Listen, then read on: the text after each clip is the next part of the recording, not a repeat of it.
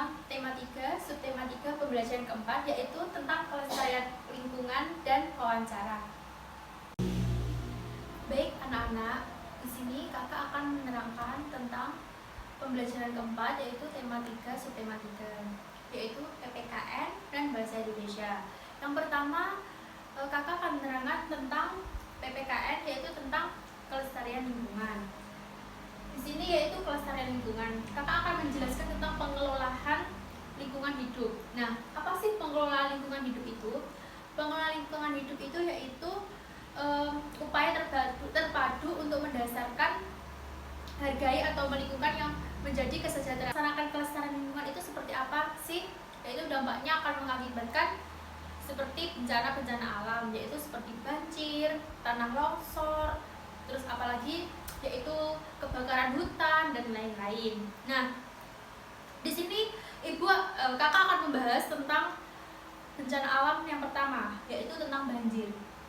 Dampak-dampak banjir itu diakibatkan sebagai berikut, yaitu yang pertama, memotong pohon sembarangan atau menebang pohon sembarangan. Jadi kalau kalian menebang pohon sembarangan di hutan-hutan atau bahkan di dekat rumah kalian itu akan mengakibatkan banjir. Terus yang kedua yaitu tentang masih sama, yaitu tentang kejadian banjir itu mengakibatkan seperti apa, yaitu dampaknya yang kedua yaitu kalian biasanya membuang sampah sembarangan. Nah, di sini banjir itu bisa diakibatkan dengan membuang sampah sembarangan. Contohnya yaitu membuang sampah sembarangan di kali atau di solokan, itu akan mengakibatkan banjir. Seperti itu ya anak. Terus dampak-dampak yang banjir itu apa saja sih selain merugikan? Ada juga yaitu dampak-dampak sebagai berikut, yaitu yang pertama menyebarnya penyakit. Nah, di sini itu maksudnya menyebarkan penyakit wabah-wabah seperti penyakit kulit atau penyakit yang gatal-gatal, itu biasanya disebabkan dengan waktu banjir, seperti itu. Terus yang kedua yaitu kehilangan harta benda. Nah, selain itu banjir itu mengakibatkan kalian itu kehilangan harta benda kalian. Kalau banjirnya itu 3 meter, itu biasa mengakibatkan kehilangan harta benda, kayak baju kalian hilang, terus motor kalian hilang, sepeda kalian hilang, seperti itu ya. Terus yang ketiga yaitu menimbulkan banyak korban. Nah, kalau kalian dilihat di berita-berita itu menimbulkan banyak korban itu karena apa? Karena banjir yang tinggi, karena orang tidak bisa berenang, terus tiba-tiba banjir datang, langsung kabur semua atau langsung berlari-larian. Nah, ada beberapa manusia yang tidak bisa berenang, itu bisa mengakibatkan korban atau meninggal, seperti itu. Oke. Terus cara mengatasi banjir itu seperti apa, Kak? Yaitu dengan cara yang pertama, menata daerah aliran kalian di daerah kalian itu, seperti kali kalian itu digali, terus ditata yang bagus, terus tidak membuang sampah di kali, seperti itu. Terus yang kedua yaitu tidak membuang sampah, yang ibu tadi jelaskan di depan, yaitu tidak membuang sampah sembarangan, itu bisa mencegah terjadinya banjir. Terus yang ketiga yaitu tidak membangun rumah ataupun bangunan di tepi sungai.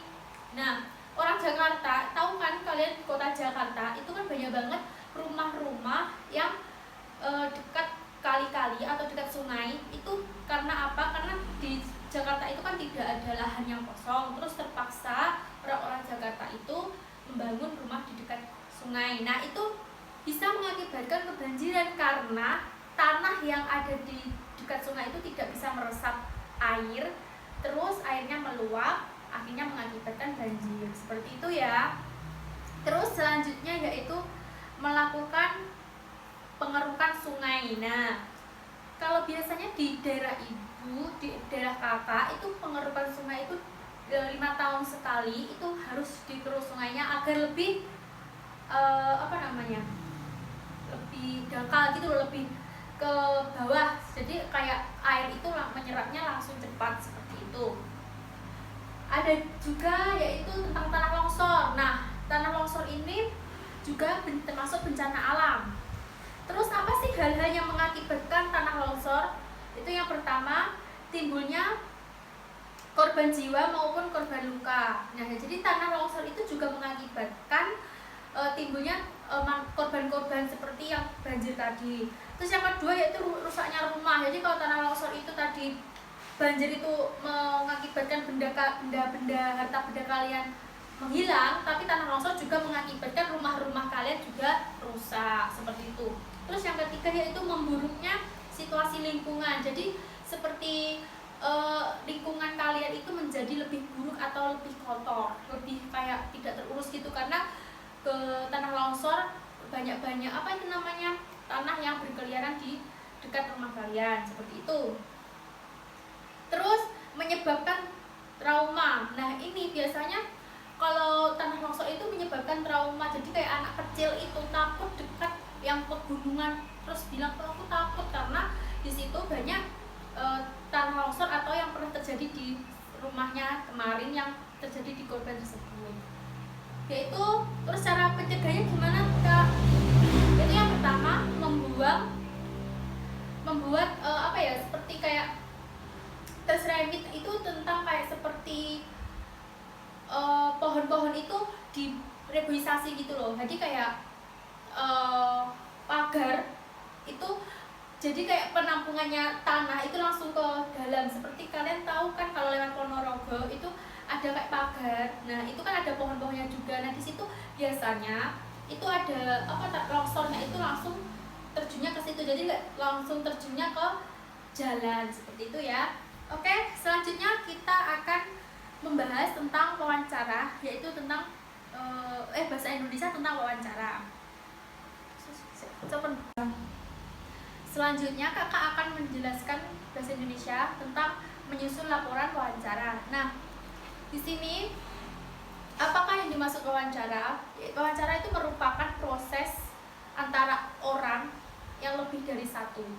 Jadi kalau kalian wawancara itu kalian harus mewawancarai orang itu lebih dari satu. Jadi kalau kalian cuma tunggal, kita doang wawancara, itu kayak seperti orang gila. Jadi kayak kalian tuh mewawancarai orang itu harus lebih dari satu orang. Jadi kayak saya bersama Bu Linda itu wawancara, terus saya bersama Bu Linda dan Bu Sonia itu juga disebut wawancara. Nah, caranya menyusun laporan hasil wawancara dengan baik, cara-caranya sebagai berikut, yaitu yang pertama, perhatikan kaidah penulisan laporannya. Dan di sini itu maksudnya kaidah-kaidah penulisan laporan, kalian itu harus menyusunnya itu dengan kalimat yang baik atau penulisan yang baik, mana abjad kapitalnya yang besar itu ditaruh di mana, itu kalian harus bisa seperti itu. Terus yang kedua yaitu jangan mencampuri hasil wawancara dengan pendapat sendiri. Nah, maksudnya di sini yaitu kalian tidak boleh mencampuri hasil wawancara kalian dengan pendapat kalian sendiri. Jadi harus murni dari narasumber. Jangan tiba-tiba kalian kurang pas, yaudah aku kasih lagi aku tambahin lagi, itu jangan. Jadi harus murni dari narasumber seperti itu ya. Terus yang ketiga yaitu pilihlah data yang relevan dengan permasalahan. Jadi kalian itu kalau mewawancarai seseorang itu harus mempunyai data yang relevan. Jadi harus yang valid terlebih dahulu. Jadi jangan langsung mewawancarai tapi tidak mempunyai data yang relevan maupun data yang tidak valid, itu jangan. Terus selanjutnya jaga nama baik narasumber dan kalau perlu merahasiakan identitasnya. Jadi kalau kalian jadi ditanya terlebih dahulu narasumbernya, Kak, Pak, Bu, apakah identitas Bapak atau Ibu bisa kami proses atau kami up di media, atau kami bisa tidak langsung menyebutkan nama Bapak Ibu tersebut, atau bisa dirahasiakan. Seperti harus ditanya terlebih dahulu kepada narasumbernya. Kalau memang berkenan narasumbernya itu di up atau istilahnya dimasukkan ke dalam media, itu tidak masalah. Tapi kalau narasumbernya itu baik, anak-anak, itu tadi salah satu pembelajaran dari Ibu Alvinda, dari Kakak Alvinda dari Magang 2